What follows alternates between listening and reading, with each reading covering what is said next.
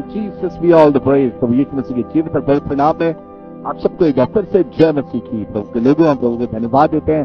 प्रभु ने फिर से हमें मौका दिया है कि हम उसकी उपस्थिति में आ सके, उसके नाम को धन्यवाद दे सके, उसकी उपस्थिति में उसके नाम को ऊंचे पर उठा सके। आइए इस समय हम प्रभु की आराधना में चलेंगे, प्रभु के वचन की ओर चलेंगे। उसको पहले हम प्रार्थना करेंगे। मैं चाहता हूं कि आप इस लाइव ब्रॉडकास्ट को जल्दी से अपने अजीजों के साथ शेयर कर दें ताकि हम मिलकर प्रभु के वचन को सुनने वाले हो सके। और हम प्रार्थना करें इस समय।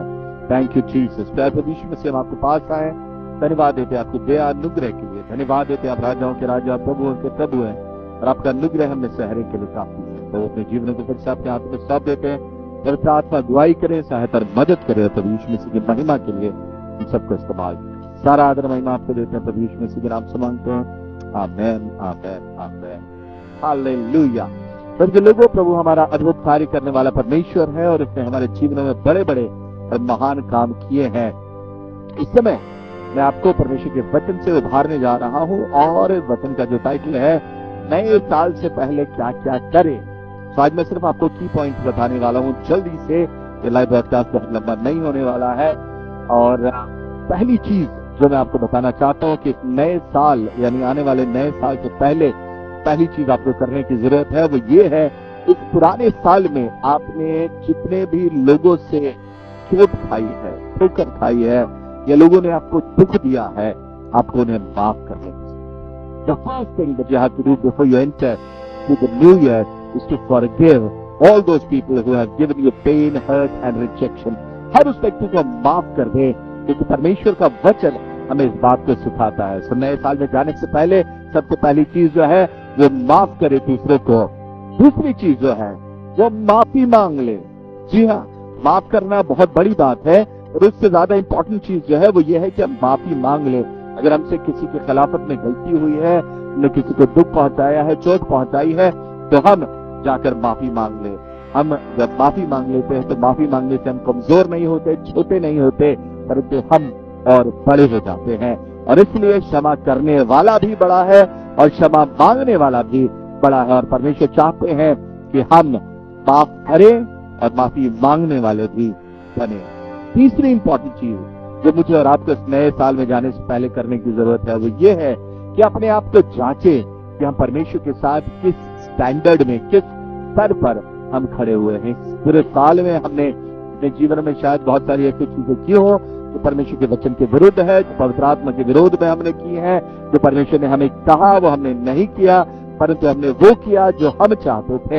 इस नए साल में एंटर करने से पहले जो इम्पोर्टेंट काम है वो ये कीजिए, अपने आप को जांचे, क्योंकि परमेश्वर के वचन में भी लिखा हुआ है, यदि हम अपने आप को जांचते तो दंड ना पाते। और इसलिए पवित्र आत्मा आज आपसे इस बात को कहना चाहते हैं, हम अपने आप को जांच ले नए साल में एंटर करने के पहले, ताकि हमारे जीवन में परमेश्वर का आत्मा उस तरीके से नए साल में कार्य कर सके जिसके लिए उसने न सिर्फ हमें बुलाया है परंतु चुना भी है। हालेलुया।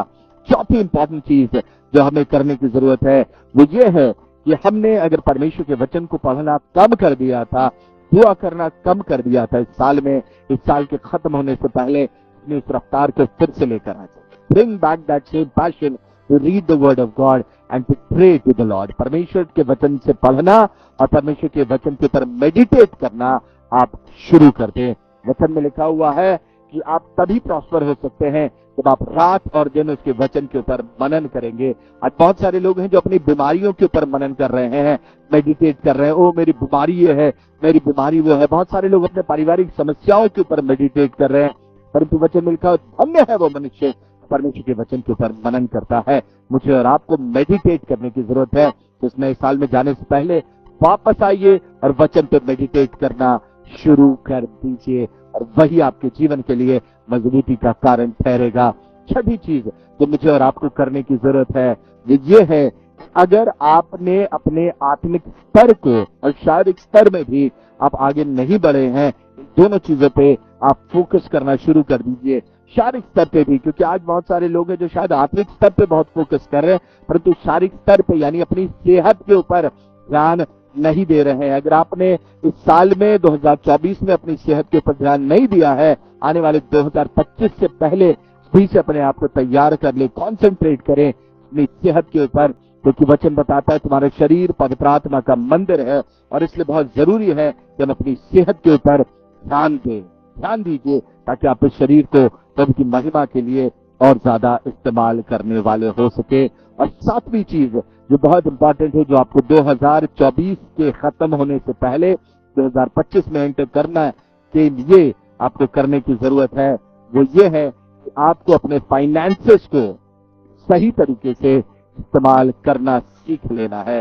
जी हाँ, आपने 2024 में ना जाने क्या क्या खर्चे किए, 2024 में आपने ना जाने किस तरीके से अपने फाइनेंसेस को सही तरीके से इस्तेमाल किया या नहीं किया, परंतु 2025 आने से पहले आप इस बात को सीख लीजिए कि हम कोई भी पैसा फिजूल खर्ची नहीं करेंगे, परंतु हर एक पैसे को हम सिस्टमैटिक तरीके से परमेश्वर के राज्य के लिए और अपने परिवार के लिए, अपने कलीसिया, अपने लोगों के लिए, अपने समाज और अपने देश के लिए सही तरीके से इस्तेमाल करेंगे, ताकि वो पैसा जो प्रभु के द्वारा दिया गया है वो आप प्रभु की महिमा के लिए सही तरीके से इस्तेमाल करने वाले हो सके। परमेश्वर आज मुझे और आपको तैयार कर रहा है आने वाले 2025 के लिए। मैं आपके साथ बहुत जल्द प्रॉफेटिक वर्ड शेयर करूंगा 2025 का 1 जनवरी 2025 को, परंतु इसके पहले प्रभु अभी से आपको इन 7 चीजों के द्वारा तैयार करना चाहते हैं, ताकि आप अपने आप को तैयार कर ले, ताकि 2025 में जब आप एंटर करें तो परमेश्वर के आत्मा के बहुतायत आपके साथ हो, परमेश्वर की आत्मा का अभिषेक आपके जीवन में बना रहे और आप सेहतमंद रहे, आप फाइनेंशियली प्रभु में बढ़ती जाए, बढ़ती करे, तरक्की करें, क्योंकि परमेश्वर ही वो है जो आपको वो मदद करता है, सामर्थ्य करता है, ताकि आप वेल्थ भी, फाइनेंसेस भी अर्जित कर सके। विश्वास कीजिए, परमेश्वर का बड़ा काम 2025 में आप देखने जा रहे हैं। हम मिलकर प्रभु की बड़ी महिमा, बड़ी तारीफ करेंगे। God is about to do great things in 2025। Expectant रहे, तैयार रहे प्रभु की बड़ी उपस्थिति और उसकी बड़ी महिमा को देखने के लिए। हजूरी में बने रहे। इस लाइव ब्रॉडकास्ट को जितने ज्यादा लोगों के साथ आप शेयर कर सकते हैं, शेयर कीजिए, ताकि वो अपने आप को 2025 में आने से पहले तैयार कर सके प्रभु की महिमा और उसकी उपस्थिति के लिए। आइए हम प्रार्थना करें।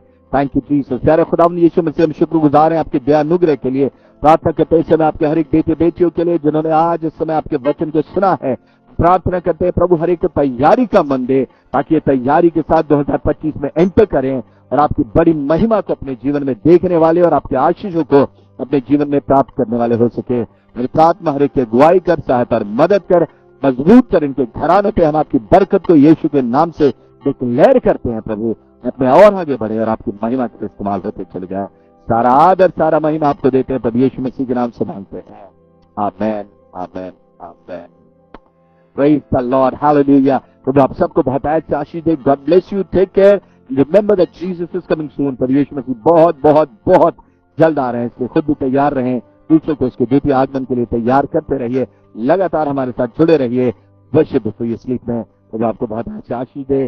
God bless you, take care, praise the Lord.